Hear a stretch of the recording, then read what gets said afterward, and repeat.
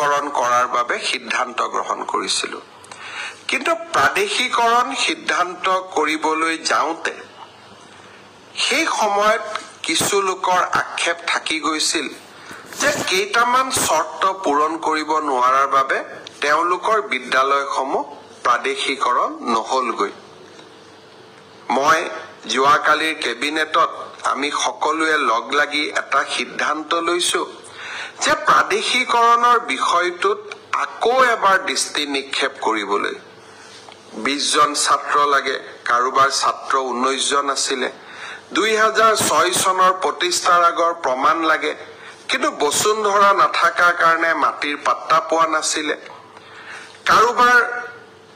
কোৱালিফিকেশনৰ লগত সেই সময়ত তেওঁলোকৰ কোৱালিফিকেশন নাছিল পৰৱৰ্তী সময়ত কোৱালিফিকেশন আয়ত্ত কৰিব পাৰিলে যি সকল লোক সৰু সৰু ভুলৰ কাৰণে বাদ পৰি গৈছিল তেওঁলোকক প্ৰাদেশিকৰণৰ আওতাত আনিবৰ বাবে শিক্ষা মন্ত্ৰী ৰনোজ পেগু কেশৱ মহন্ত আৰু জয়ন্ত মল্ল বৰুৱাক লৈ আমি এখন কমিটি কৰি দিছো যাতে কমিটিখনে আমাক উপযুক্ত পৰামৰ্শ দিব পাৰে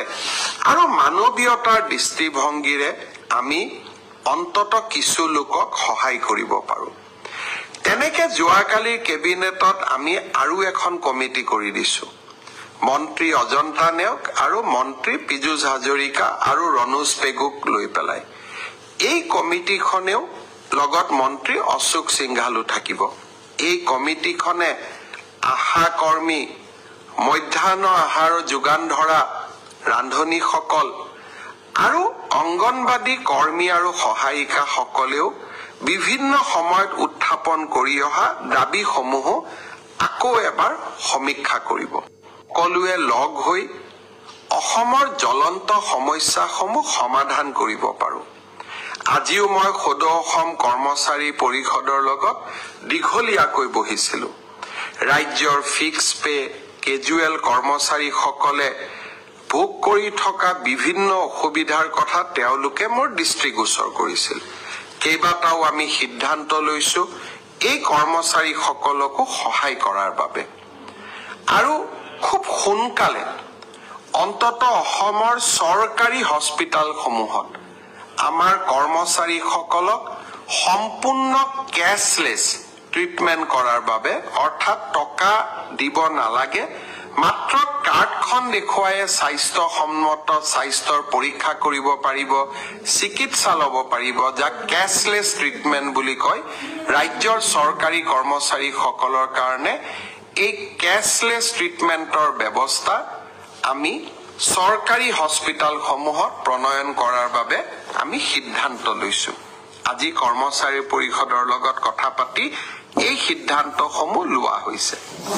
আপোন ঘৰ আঁচনিত এসময়ত 15 লাখ টকা হাউচিং লোন লোৱা হৈছিল এতিয়া বহুত কৰ্মচাৰীয়ে বিচাৰিছে যে আপোনালোকে যেহেতু নতুনকৈ 30 লাখ টকাকৈ ঋণ দিয়াৰ ব্যৱস্থা কৰিছে আপোন ঘৰত আমিও ঋণ ল'ব পৰা ক্ষমতা আৰু 15 লাখ টকালৈকে বৃদ্ধি কৰি দিয়ক অৰ্থাৎ পুৰণা নতুন সকলোৱে আপোন ঘৰ আঁচনিৰ জৰিয়তে 30 লাখ টকাকৈ গৃহ ঋণ ল'ব পাৰিব আজি এই দাবীটো আমি সন্মতি প্ৰকাশ কৰিছো অৰ্থাৎ ৰাজ্যত যতেই সমস্যা আছে সেই সমস্যাসমূহ সমাধানৰ বাবে আমি প্ৰচেষ্টা চলাই গৈ আছো আৰু এই প্ৰচেষ্টাসমূহত আমি নিশ্চিতভাৱে সফল হ'ম মাত্ৰ অকণমান আমাক সময় দিব 5টা বছৰত ইমান কাম কৰা সম্ভৱ নহয় তথাপিতো সম্ভৱ আৰু অসম্ভৱৰ দেওনাক অতিক্ৰম কৰি যিমান পাৰো প্ৰতিটো পল প্ৰতিটো ক্ষণ অসমৰ ৰাইজৰ বাবে কাম কৰাৰ বাবে